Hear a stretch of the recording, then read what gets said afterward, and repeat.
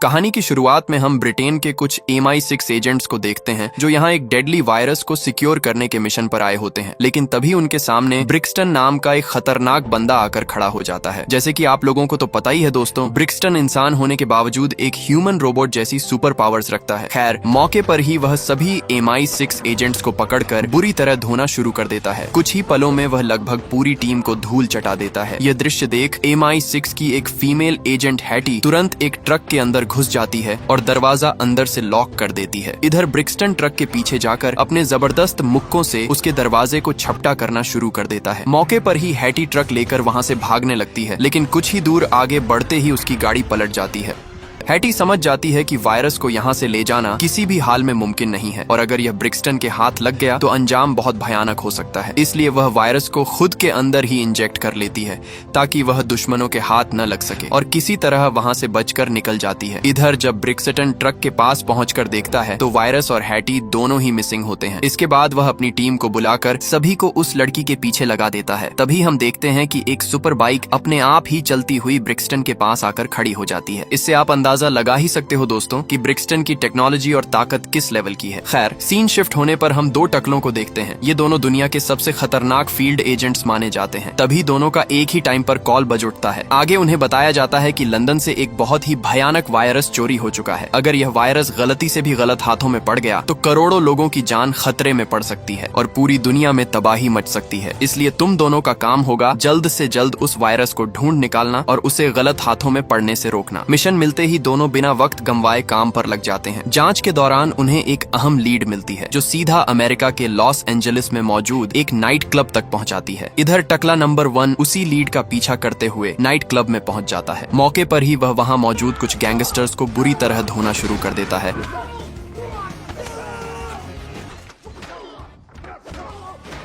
और उनसे वायरस के बारे में पूछताछ करने लगता है, लेकिन वहां भी उसे कुछ खास जानकारी नहीं मिलती। दरअसल जिस लीड के भरोसे वह यहाँ तक पहुँचता है वह लीड भी झूठी निकलती है। इधर लंदन में हम टकला नंबर 2 को देखते हैं। वह भी एक क्लब में जाकर कुछ गुंडों को पीटते हुए वायरस की जानकारी निकालने की कोशिश करता है, लेकिन यहाँ भाई साहब को भी वायरस से जुड़ी कोई खास इन्फॉर्मेशन नहीं मिलती। सीन शिफ्ट होने पर हम टकला नंबर 1 यानी हॉब्स को अपनी बेटी के साथ एक कैफे में लंच करते हुए देखते हैं। तभी उसके पास वेक्टर नाम का एक CIA एजेंट आता है। आगे वह बताता है, जिस वायरस को तुम ढूंढ रहे हो वह लंदन में चोरी हुआ था, तो तुम्हें यह वायरस लंदन में जाकर ढूंढना चाहिए, न कि यहाँ लॉस एंजलिस में। और हाँ, इस वायरस को किसी गैंगस्टर ने नहीं चुराया है, बल्कि जिस लड़की ने उस ऑपरेशन को लीड किया था उसी ने वायरस को अपने अंदर इंजेक्ट करके वहाँ से भाग गई थी। ये सुनते ही हॉब्स भी हैरान रह जाता है। आगे वेक्टर कहता है, तुम जल्द से जल्द लंदन पहुँचो और वायरस को लेकर वापस आओ, तब तक तुम्हारी बेटी का ध्यान हम रखेंगे। खैर, दूसरी तरफ हम शॉ को देखते हैं जो अपनी माँ से मिलने के लिए एक प्रिजन में आया होता है। दरअसल शॉ अपनी माँ को जेल से बाहर निकालने आया था, लेकिन उसकी माँ जिद पकड़कर बैठी होती है कि जब तक शॉ अपनी बहन को यहाँ नहीं लेकर आता तब तक वह जेल से बाहर नहीं निकलेगी। दरअसल शॉ का काफी लंबे समय से अपनी बहन के साथ झगड़ा चल रहा था और दोनों एक दूसरे से बात तक नहीं करते थे। और दोस्तों, उसकी बहन और कोई नहीं बल्कि वही CIA एजेंट हैटी है जिसने अपनी बॉडी में वायरस इंजेक्ट कर लिया था। खैर, जेल से बाहर निकलते ही एक एजेंट शॉ को रोक लेता है और कहता है, जिस वायरस को तुम ढूंढ रहे हो वह किसी और के पास नहीं बल्कि तुम्हारी बहन के पास ही है। अपनी बहन की तस्वीर देखते ही शॉ के होश उड़ जाते हैं। आगे से एजेंट कहता है, तुम जल्द से जल्द अपनी बहन को मनाकर वायरस लेकर आ जाओ, नहीं तो अगर CIA तुमसे पहले उस तक पहुंच गई तो वायरस को खत्म करने के चक्कर में वह लोग तुम्हारी बहन को भी जिंदा नहीं छोड़ेंगे।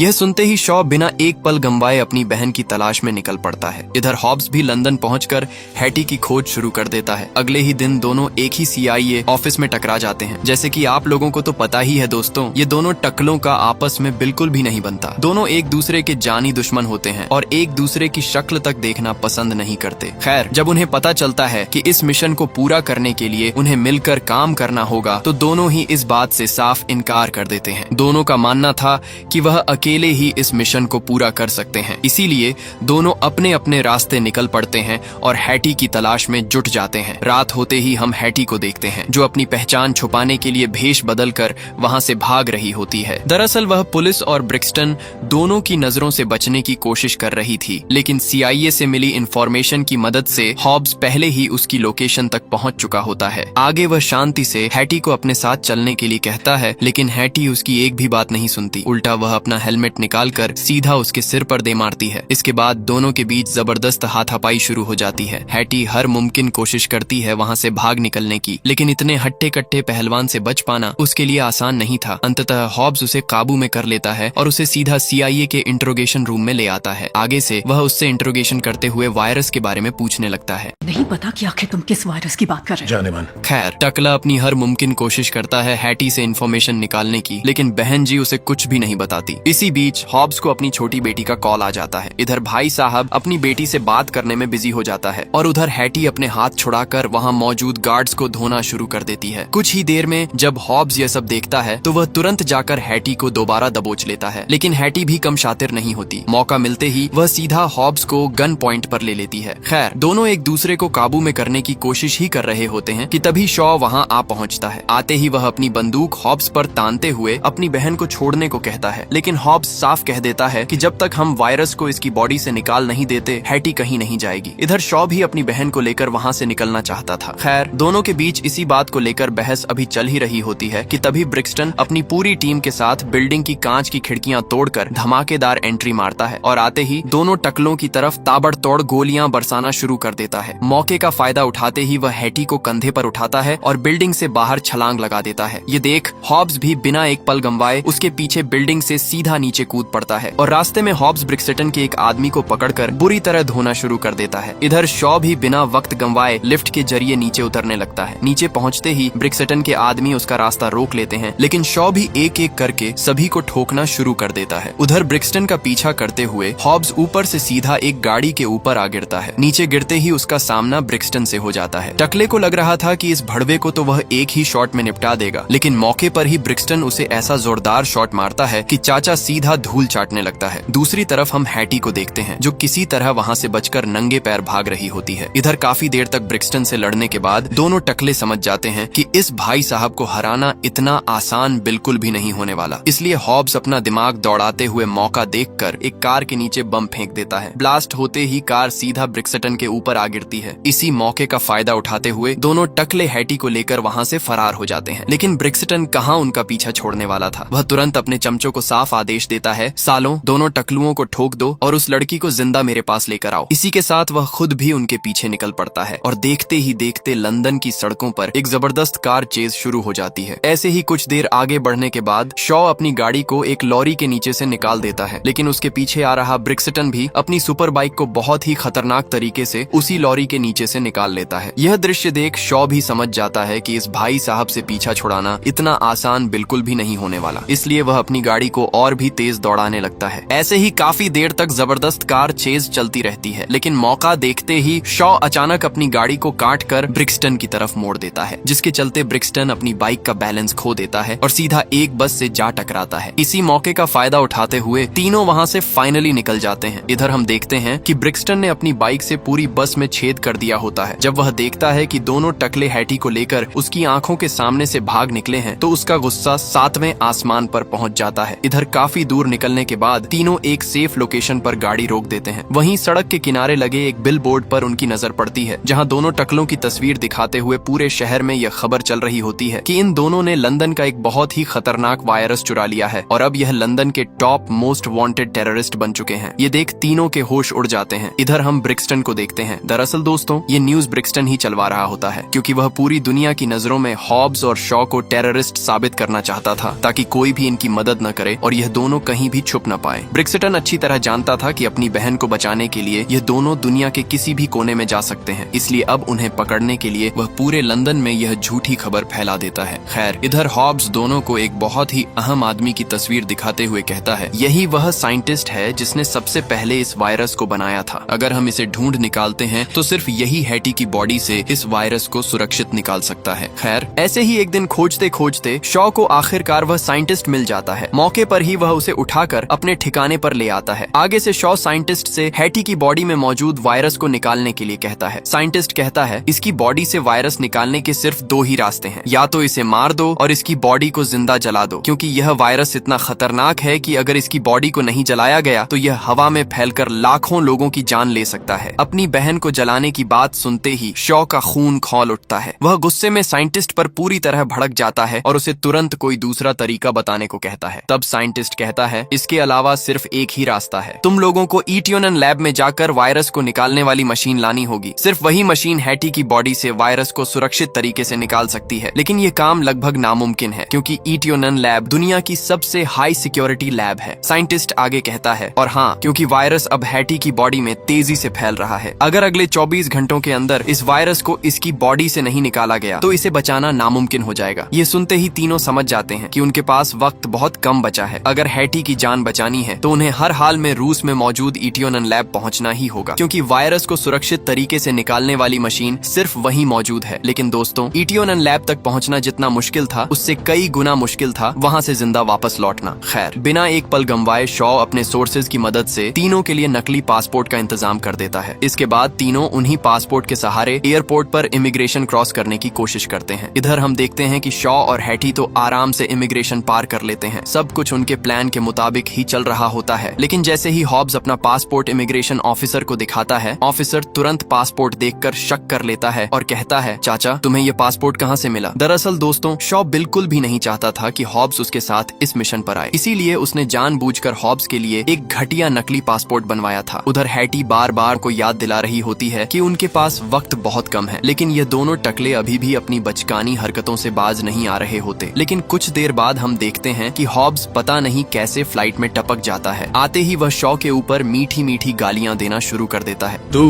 एक नंबर का कुत्ता है। फ्लाइट के अंदर भी दोनों टकले एक दूसरे से उलझते रहते हैं और पूरे रास्ते एक दूसरे की टांग खींचते रहते हैं। दूसरी तरफ हम उस साइंटिस्ट को देखते हैं जो अपनी गाड़ी में बैठकर कहीं जाने ही वाला होता है, लेकिन तभी ब्रिक्सटन वहां आ पहुंचता है और साइंटिस्ट को जबरदस्ती उठाकर अपने साथ ले जाता है। आगे वह साइंटिस्ट को धमकाते हुए हॉब्स, शॉ और खासकर हैटी के बारे में पूछने लगता है। पहले तो साइंटिस्ट उसे कुछ भी नहीं बताता, लेकिन आखिरकार मौत के डर से टूट जाता है और बता देता है कि तीनों रूस में मौजूद ईटियोनन लैब गए हुए हैं।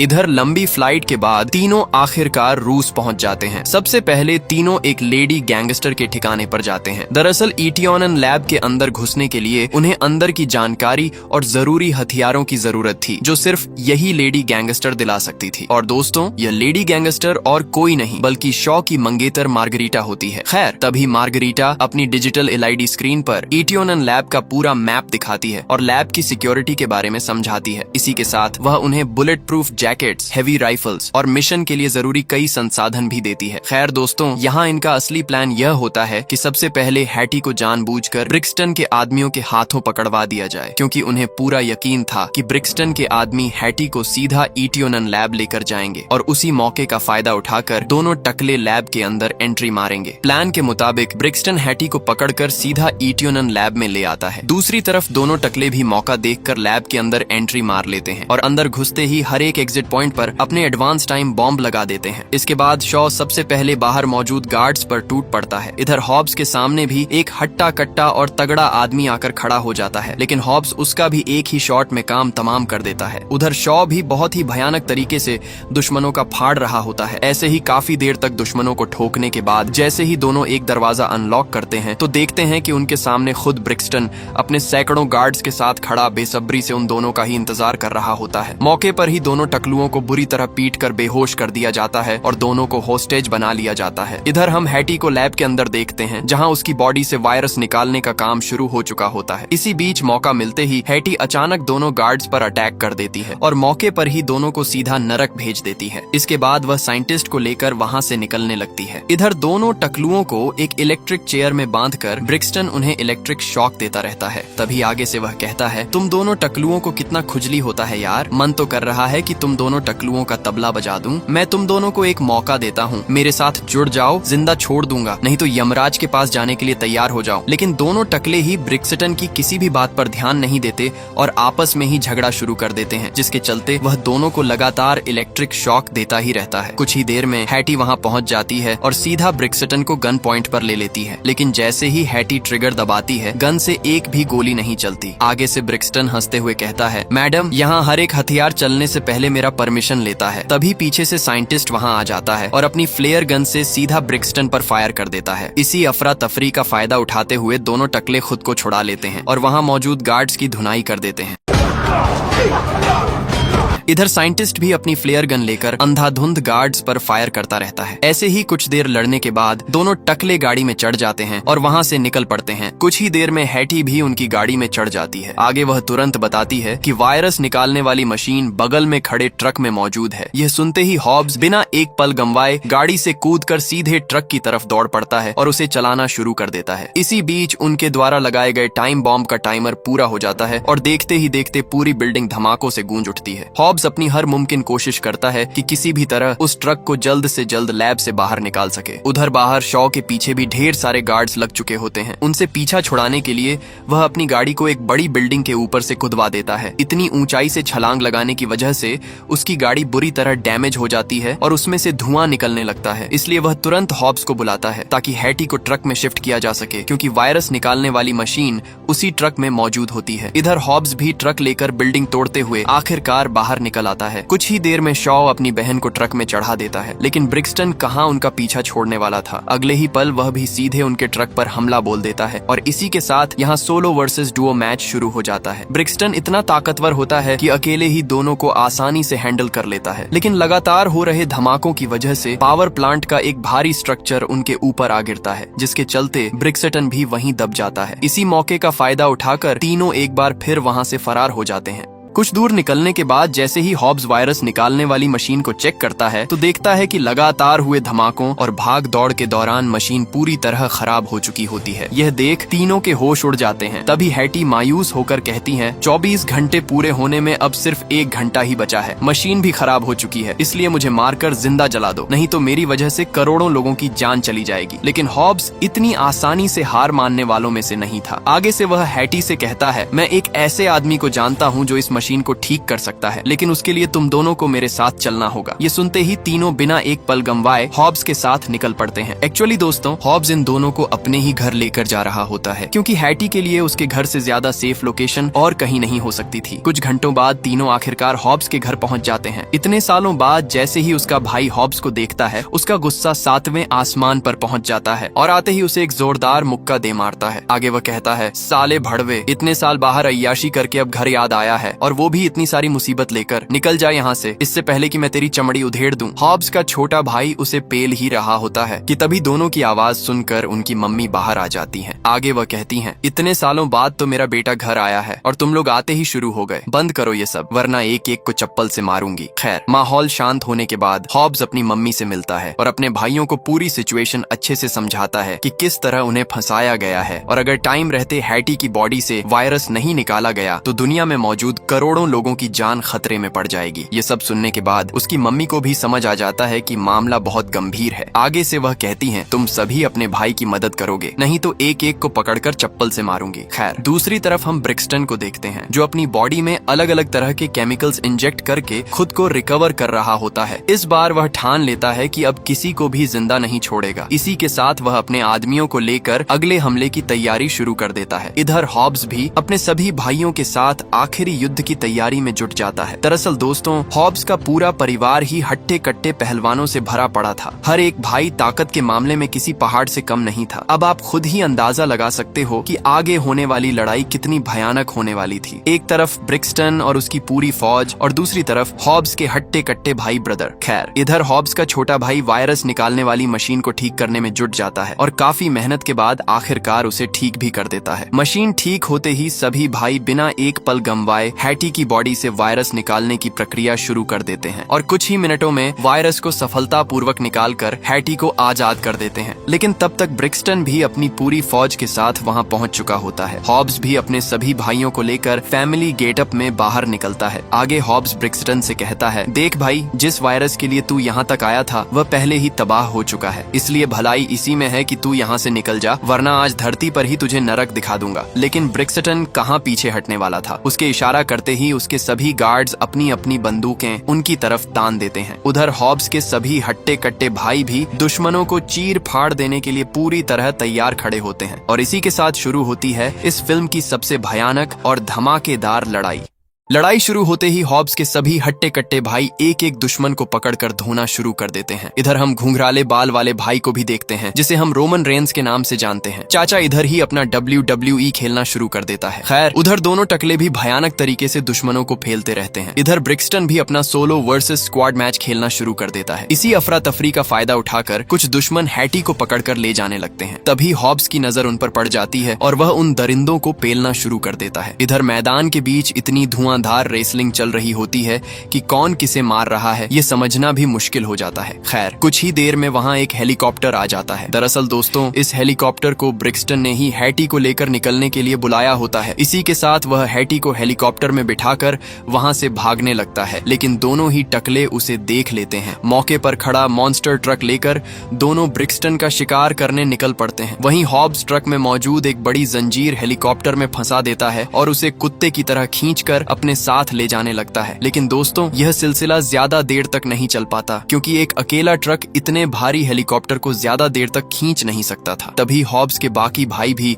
अपने अपने ट्रक्स लेकर वहां आ जाते हैं और एक के बाद एक सभी ट्रक्स को आपस में कनेक्ट कर देते हैं। मतलब कुछ भी दोस्तों, सालों ने ट्रक्स को ही रेलगाड़ी बना दिया था। लेकिन कुछ ही देर में सिचुएशन बिगड़ते देख ब्रिक्सटन खुद हेलीकॉप्टर की ड्राइवर सीट पर बैठ जाता है और हेलीकॉप्टर को कंट्रोल करते हुए चेन के सहारे सभी ट्रक्स को पानी में गिराने की कोशिश करता है। लेकिन मौके पर ही सभी ट्रक्स अपनी पूरी ताकत लगा देते हैं, जिसके चलते भाई लोग फिर से हेलीकॉप्टर को कंट्रोल में लेकर उसे जमीन की तरफ खींचने लगते हैं। ऐसे ही लड़ते लड़ते आगे बढ़ने के बाद मिट्टी के नीचे दबे भयानक लैंड माइंस फट उठते हैं, जिसके चलते कुछ गाड़ियां और ट्रक्स वहीं उड़ जाते हैं। इसी बीच हैटी भी दुश्मनों को मारकर हेलीकॉप्टर पर कुछ बुलेट्स चला देती है, जिसके चलते हेलीकॉप्टर में आग लग जाती है और वह सीधा नीचे खाई में जा गिरता है। इधर हम देखते हैं कि इतनी ऊंचाई से गिरने के बाद भी ब्रिक्सटन अब तक सही सलामत जिंदा होता है और उसे एक खरोंच तक नहीं आती। उधर ही हम दोनों टकलुओं को भी देखते हैं। फिर क्या दोस्तों, इसी के साथ ब्रिक्सटन फिर से दोनों के साथ सोलो वर्सेस स्क्वाड मैच खेलना शुरू कर देता है। क्योंकि ब्रिक्सटन के पास सुपर पावर्स थीं, इसलिए वह दोनों को आराम से उठा उठाकर पटकता रहता है। ऐसे ही कुछ देर लड़ने के बाद दोनों समझ जाते हैं कि इस भड़वे को ऐसे तो कभी नहीं हराया जा सकता, इसलिए दोनों एक स्ट्रैटेजी का इस्तेमाल करते हैं। स्ट्रैटेजी ये होती है कि जब एक मार खाएगा तो दूसरा पीछे से उस पर वार करेगा। और दोस्तों यही स्ट्रैटेजी उनके लिए एक गेम चेंजर साबित होती है। इसी स्ट्रैटेजी का इस्तेमाल करते हुए वे दोनों आखिरकार ब्रिक्सटन को धूल चटा देते हैं और इसी के साथ शॉ ब्रिक्सटन का चैप्टर हमेशा के लिए क्लोज कर देता है और हमारी मूवी भी यहीं समाप्त हो जाती है। आज तुमने सामोन का नाम रोशन कर दिया।